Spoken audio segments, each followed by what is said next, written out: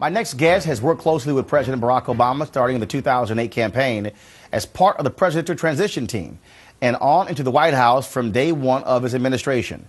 MelodyBarnes has been his go-to person for domestic issues as director of the Domestic Policy Council. This is her third visit to Washington Watch and her last as being an official in the administration. Melody, welcome back. Great. It's a pleasure to be here. Thank you. You sort of have the look on your face as in, man, I get to rest now, get to sleep in late, and I get to frankly go party. I definitely sleep in late. Right now, I have a meeting starting at 7:30 every morning. I'm looking forward to sleeping well past 7:30. Yeah, but also getting in early tea time on the golf course, too. When the weather warms up. Those things. Come on, real golfers have cold games. All right, now let's get right into it. Obviously, when it comes to domestic policy, economics was at the top of the agenda. When you look back in terms of the things put in place, it's one of the biggest mistakes in your part, that decision by the economic advisors to say, if you put the stimulus package in place, unemployment drops to 8%. That seemed to drive this whole narrative. And so your sense of really the economic policies and some of the things that worked and didn't work. Well, the economic policy and the focus on the stimulus, we walked in the door knowing that things were bad and making assumptions and calculations based on that information.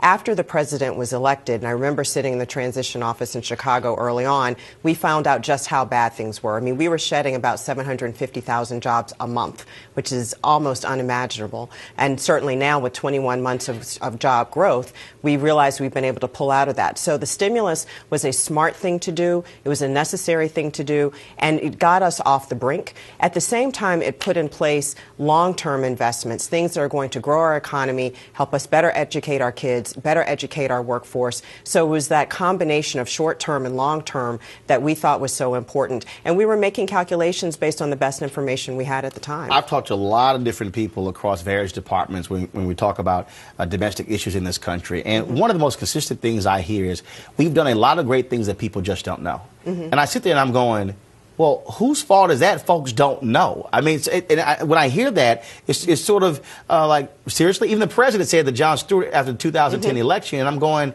okay, that doesn't really bode well to say we've done great things, but nobody knows about it. Well, let me put that in some context. As I said, we walked in 750,000 jobs being lost every single month.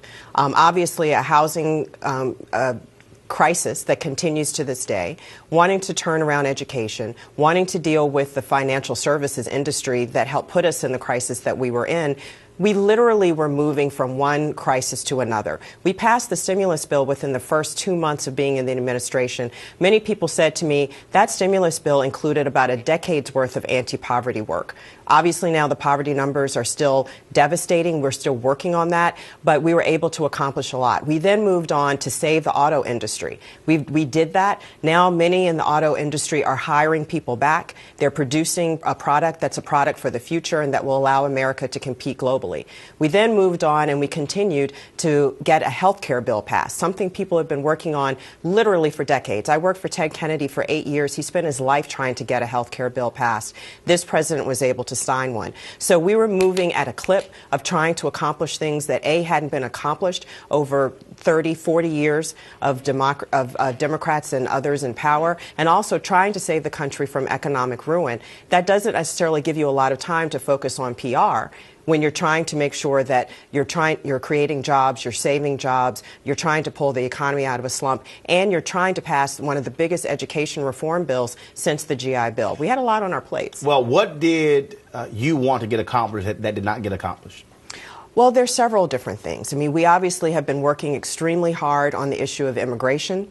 The president wanted to pass a comprehensive immigration bill. We've been able to do some things administratively. He fought hard to pass the DREAM Act. Those things haven't happened yet, but we remain committed to getting those things done. So he's going to continue to push on that. You know, just earlier today, this week, I was able to participate in an announcement around early learning. That's something he's been striving for, pushing for since he walked in the front door, knowing that if we better educate our 2- and 3-year-olds and 4-year-olds, they're ready to go to kindergarten, they're better ready for K through 12, they're then better prepared for college. Something we've been working on for a long time. We're just able to get initial investments in place there.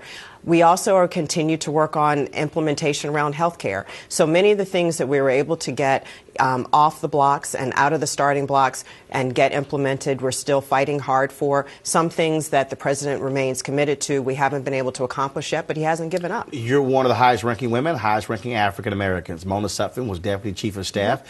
She stepped out after 2010.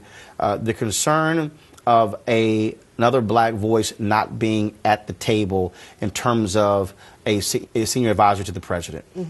Not being there. Speak to that in terms of that concern, because bottom line is whether or not you have a president who's African American, you still want to have diverse voices in other aspects of his administration. Absolutely. And that's something the president understands and knows about better than any person who has occupied the Oval Office. He wants that kind of diversity, of background and experience and racial and ethnic, sexual orientation of all kinds, because it makes the debate more vibrant and brings different perspectives to the table and ultimately makes the policy better.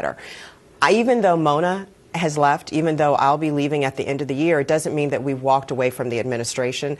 You know, one of the things I told the president when I told him that I plan to leave was I also plan to work and to fight hard to make sure that he's reelected.